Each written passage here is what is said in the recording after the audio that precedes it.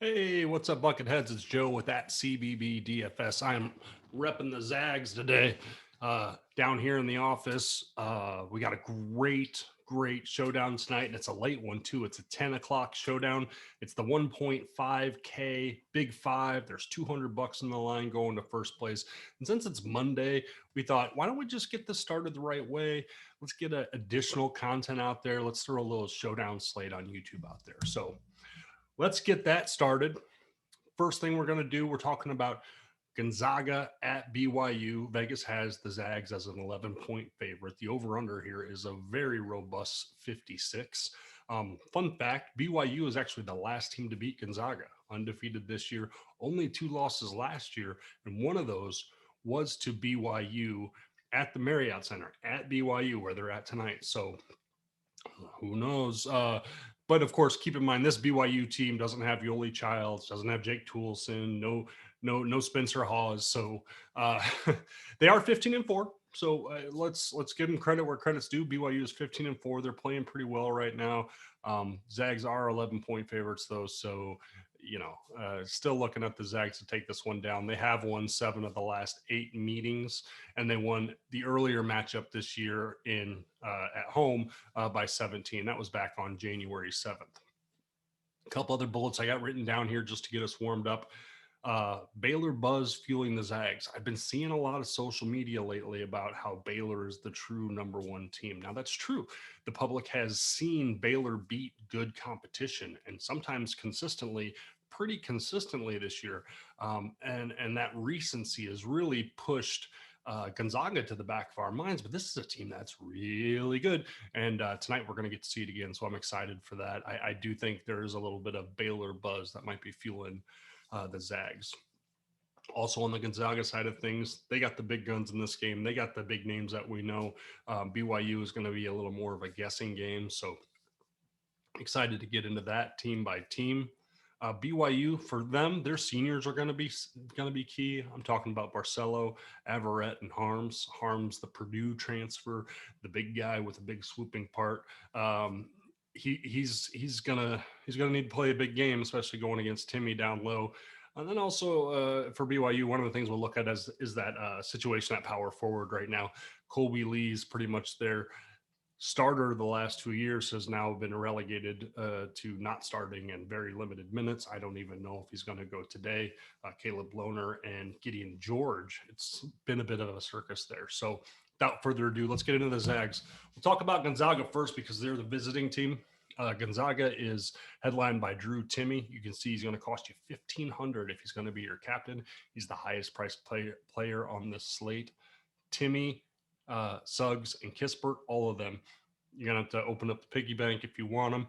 It's going to be hard to stack all three, borderline impossible unless you're punting the rest of your lineup.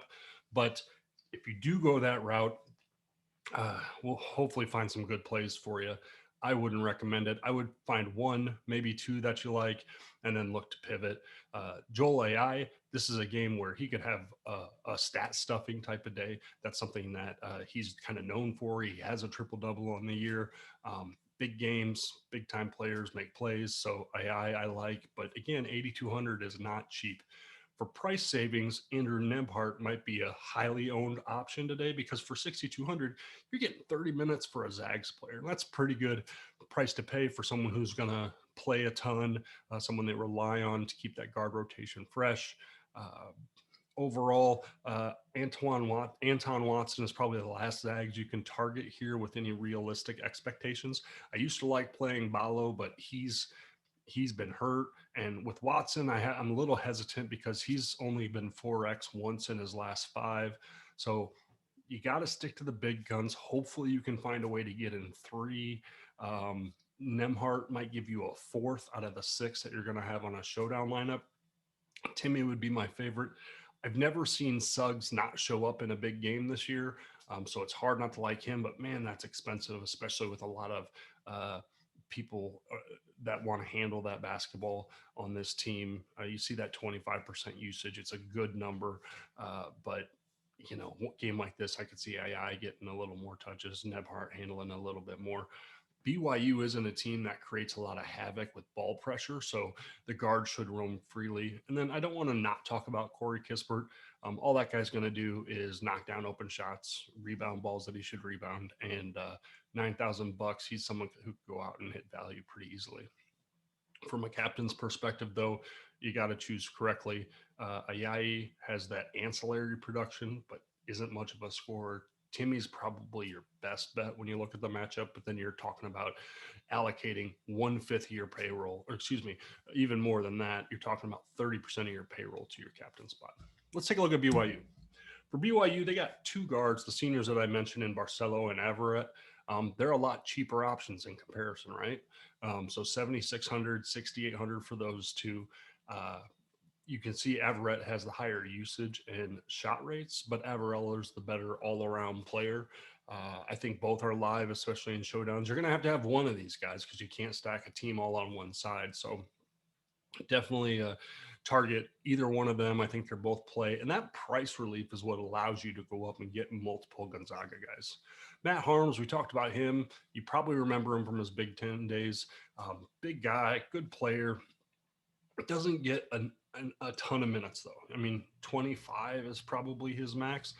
But you can see he's almost a fantasy point per minute, 9.44. That's a good number, and if he gets an extended run, he could definitely hit value.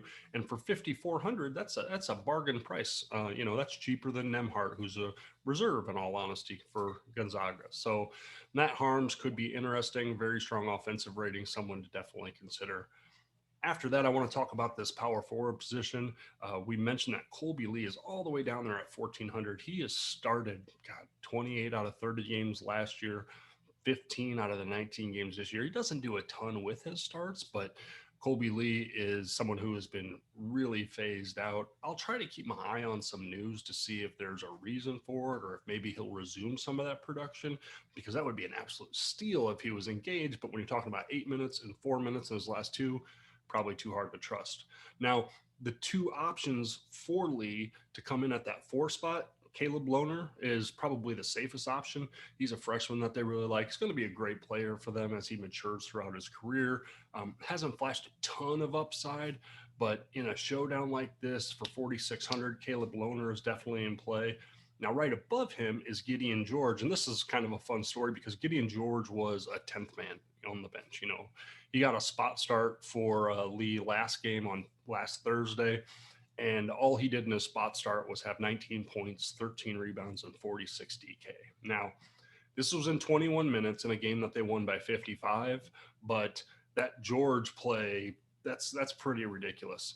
Now, if I'm the coach, I'm going to give him another run to see if I have something here, but I'm not going to go overboard and say everyone play Gideon George. If he gets that spot start again, though, tonight, it might be interesting. Gonzaga's a efficient enough defense where he's not going to have 46 DK again, but he could hit value and it could be someone to target. Now, this is a showdown, so that's the only game we're talking about. We're talking about BYU. We're talking about Gonzaga. Be mindful, though, the positives and the negatives I have listed here. Be mindful that positives for one team might be negatives for other, etc. But here's the things that stand out to me. This game is in Provo, so give a bump to all your Cougars. They were definitely the cheaper price team. You can kick everybody up a notch. You got to like Provo. 156 total. That's a lot of points. So when you're deciding between two different guys, maybe lean to the more offensive player because points are going to be had in this game. And someone who maybe gets 6-7 points a game might be in line for 10 to 12. So Gonzaga likes to play with tempo, so that's going to mean more possessions, more shot attempts across the board. Gonzaga studs could be in line for more time. Keep in mind, the Zags beat everybody by 30 this year. They get into WCC play, and they just destroy everyone. So in this game where the line's only 11, I think the last game was 16 between the two, but if it remains somewhat close, all of a sudden that 25 minutes for Timmy becomes 30 minutes. And that 28 minutes for Suggs becomes 32 minutes. And in those 4 extra minutes, that's a lot of DK points. So we talk about them being priced up so high, but there's also a lot of opportunity for them to make good on that price. So keep that in mind from a Gonzaga perspective. The negatives here, we talked about BYU doesn't force a lot of turnovers. That's a positive for the Zags. It's a negative for BYU. You're not going to get a lot of steal upside on this team. Gonzaga in general isn't all that sloppy. Gonzaga gives up 34% from three. That's important to keep in mind when targeting BYU shooters. Uh, Anyone can get hot. There's going to be some open looks here, and opponents are knocking down 34% of the tries, which is in the top third or in the bottom third as far as 3-point defense. So keep that in mind when looking at BYU shooters. And then finally, the last negative I have on here is, man, this is a late tip. 10 o'clock tonight. That's my time, Central Time, which means this one's going to get over at midnight. It's going to be fun if you want to stay up on Monday. If you're still kind of jazzed after the Super Bowl, you can sit back, enjoy it, maybe have a Monday cold one. Nothing wrong with that.